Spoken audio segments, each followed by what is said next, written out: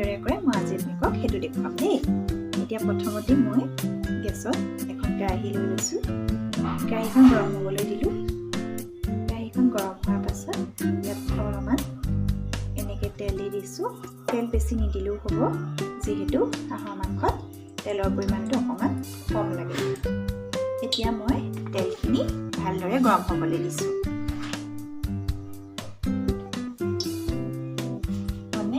মই এইফালে এনেকৈ গোটাই লৈছোঁ। এয়া পিঁয়াজ অকণমান সৰু সৰুকৈ কাটি লৈছোঁ। এয়া নহৰু, এয়া আদা অকণমান লৈছোঁ আৰু এই হাঁহৰ মাংস মই মেৰিনেট কৰি থৈছোঁ। ইয়াত মই দিছোঁ জিৰা গুড়ি, ধনিয়া পাউডাৰ, মিট মছলা, হালধি আৰু অকণমান মিঠাতেল দি মই এইখিনি মেৰিনেট কৰি অকণমান সময় ফ্ৰিজত থৈ দিছিলোঁ।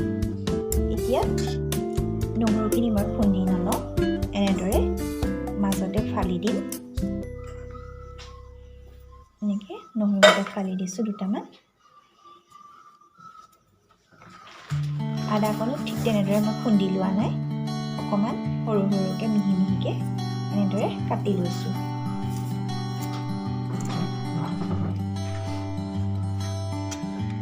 আপোনালোকে ইচ্ছা কৰিলে নহৰুটো আৰু আদাখিনি খুন্দি ল'বও পাৰিব।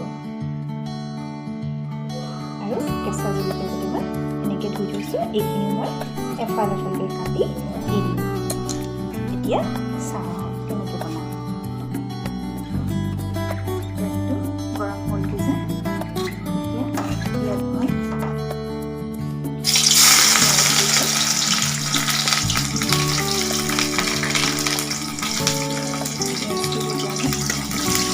কম দি অলপমান ৰঙচুৱা ভাজি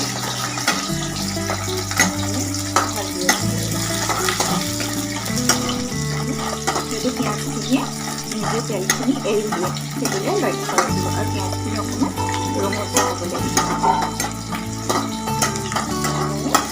ভালদৰে লৰাই থাকিব।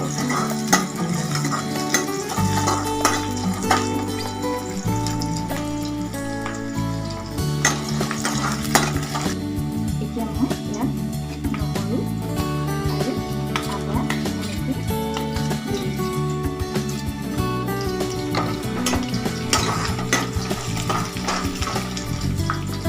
দিয়াৰ পাছত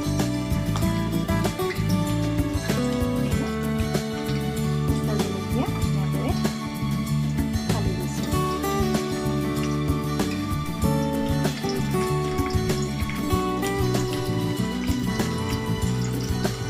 জলকীয়া ফালি দিছোঁ। চাব যাতে পিঁয়াজ আৰু নহৰুখিনি দেই নাযায়। এনেদৰে লৰাই থাকিব। গেছটো অকণমান কম কৰি লওঁ। তাৰপাছত মই হালধি দিছোঁ যে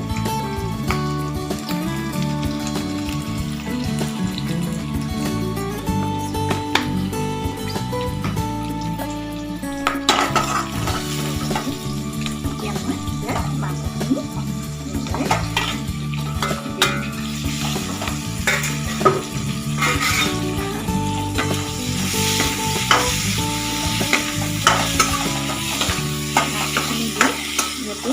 ভালদৰে পিঁয়াজখিনি লাগ খাই মাংস তেনেদৰে হেতাৰে লৰাই থাকিব।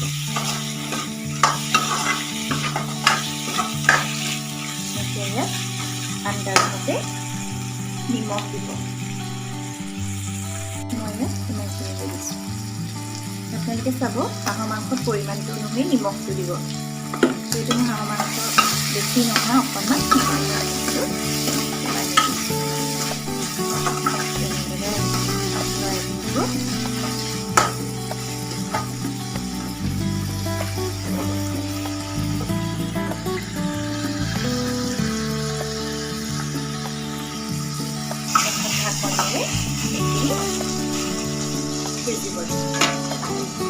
এতিয়া ঢাকনিখন লগাই চাব যাতে লাগি ধৰিব। মাজে লৰাই থাকিব আৰু কম জুইত সিজিব লাগিব। বেছি জুই নিদিব, যিহেতু বেছি জুই দিলে লাগি ধৰিব পাৰে।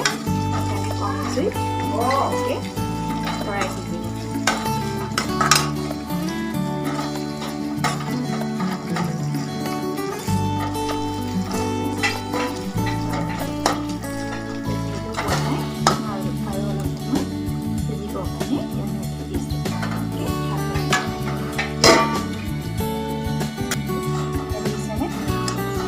কৰকৰীয়া হৈছে মাংসটো ৰঙচুৱা হৈ গ'ল মাংসটো সিজি গ'ল এতিয়া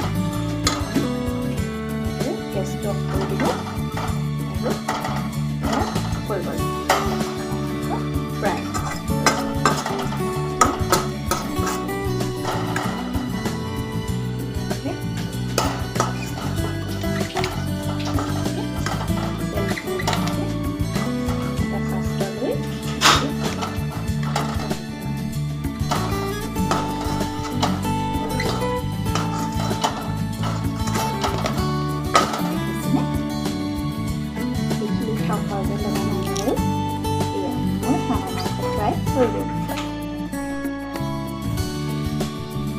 Thanks for watching.